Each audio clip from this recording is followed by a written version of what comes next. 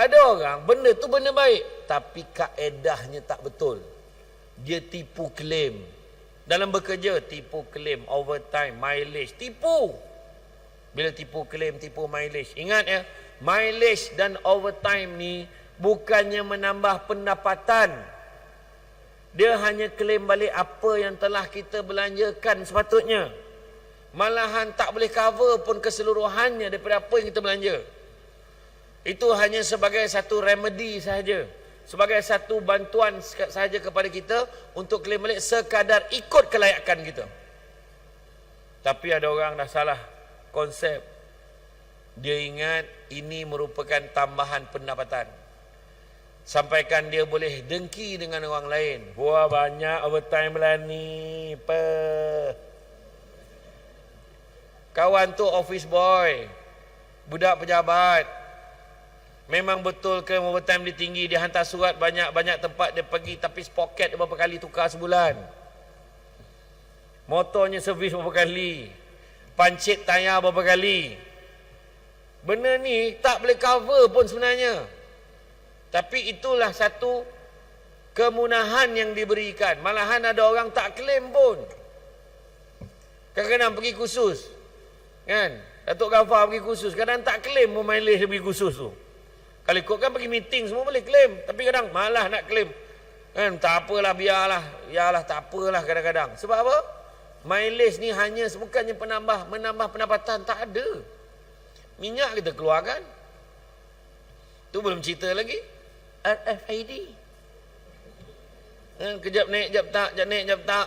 Itu pun dengar-dengarnya tahun depan nak tukar benda lain. Bayangkan tu. Tak sakit jiwa kau dengarnya. Kan, smart tag pun dah kejap ada, jap tak ada. La ilaha illallah. Hara. Tahulah. Tapi mungkinlah dengan kerajaan yang baru, perkara ni akan diatasi agaknya kan. Ni ya. Besok akan ada pengumuman khas tentang telur. Harga telur. Hari ni ya. Bayangkan hari tu tiba-tiba telur tak ada. Telur tak ada. Angkat sumpah berlambak telur. Bayangkan. Nah, mana nak nunjukkan telur tu ada sebenarnya. Tapi ada peniaga-peniaga tak tanggungjawab ni menyorokkan telur-telur. Sehingga para lelaki rasa terancam. Kan? Tak adalah, memang iyalah. Kan? Sebenarnya ni taktik lama. Peniaga ni kena tanggungjawab. Ni cerita dia. Tak apa, balik cerita tadi. Jangan tipu klaim, dia tak tambah pendapatan. Ingat tu. Jadi tak payah tipu-tipu. Kalau kita buat klaim pun, kemudian dapat query daripada bahagian keuangan. Mana bahagian keuangan? Tak mengaku pula dah. Mana bahagian keuangan? Mana bahagian keuangan? Tuan tunjuk. Tuan. Tak. Tuan ni seorang je jaga keuangan. Mana lagi? Lelaki dua orang je. Siapa lagi yang duduk kat jabatan kewangan ni? Bahagian kewangan mana? Yang perempuan tak ada langsung. Yelah, lelaki jaga duit lagi bagus.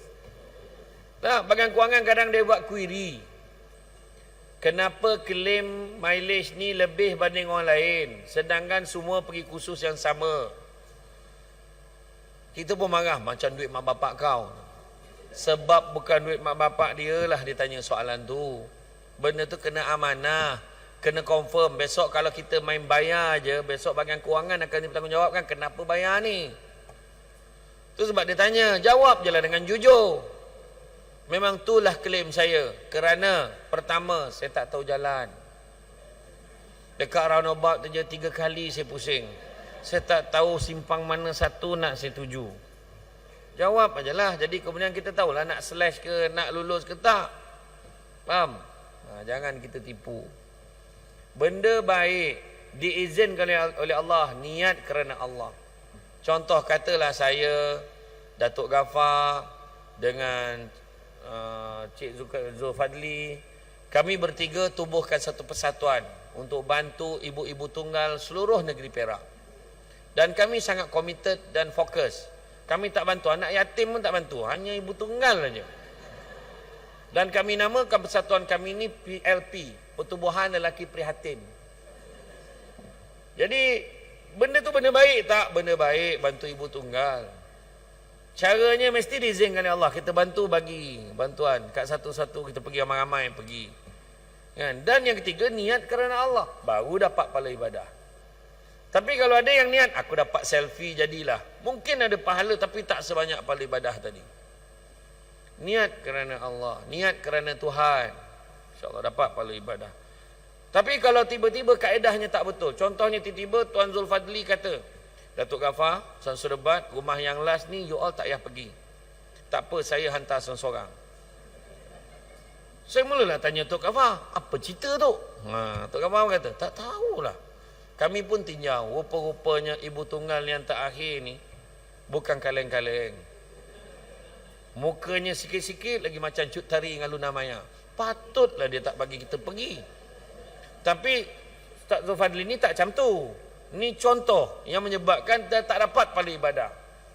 Kan? Jadi kita kena ikhlaskan nanti kita. Buat kerana Allah. Inna a'malu bin niat.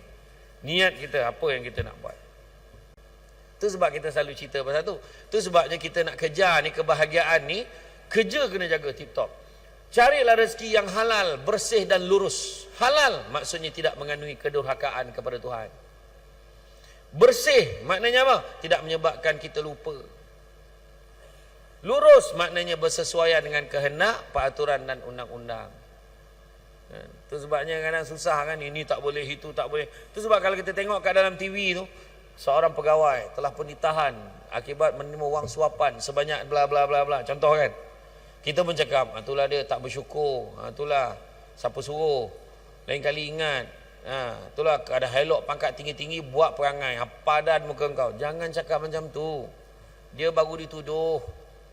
Contoh kan, baru dituduh, telah pun ditahan kerana ni, baru dituduh, belum dibuktikan kesalahannya lagi, itu satu.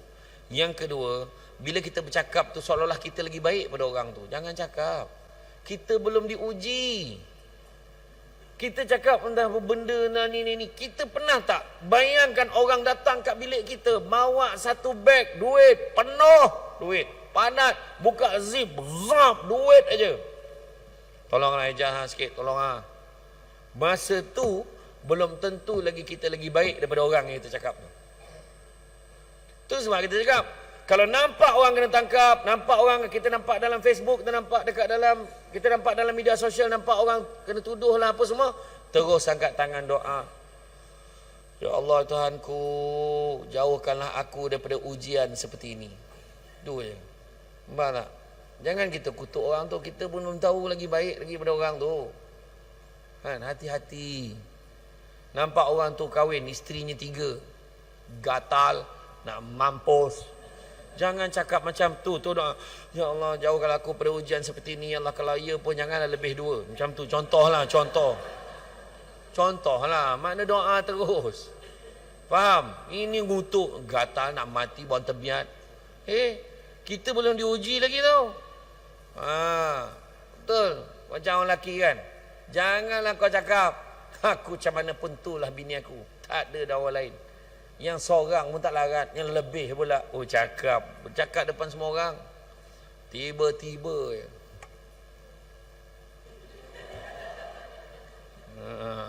Iya. Tapi yalah, orang perempuan bawa tajuk ni pun dia boleh gelak-gelak ni, maknanya mereka pun dah mula berfikiran terbuka. Inilah semangat yang kita nak kan. Aduh, marah betul. Cubalah bawa sabar sikit. Iya, kita ni sebenarnya, iyalah kan, sekarang ni satu lelaki bersamaan dengan 13 perempuan. Dah lah lelaki yang ada tu pun sibuk nak jadi perempuan. Makin kurang nisbah dia. Kan?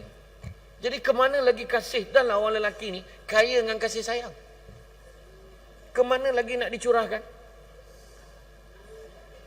Tolong respon sikit. Tak adalah, saja je.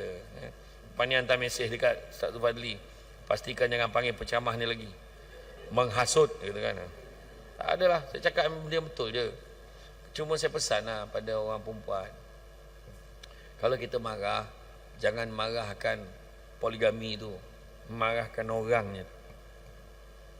Orang tu kadang-kadang tak mampu berlaku adil. Orang tu merosakkan. Hukumnya boleh, betul tak? Hukumnya boleh, cuma orang tu je, betul tak? Asal kau tak nak jawab? Aku tanya ni. Hukumnya tu boleh, tapi orang tu kadang-kadang tak boleh, betul tak? Sekarang tu mana-mana orang lelaki, seluruh Malaysia sekarang, siapa yang nak berpoligami tidak perlu izin isteri pertama. Semua negeri, termasuk Sabah Sarawak. Iya, nak beritahu. Saya bukan mengajar, nak memberitahu. Tak perlu.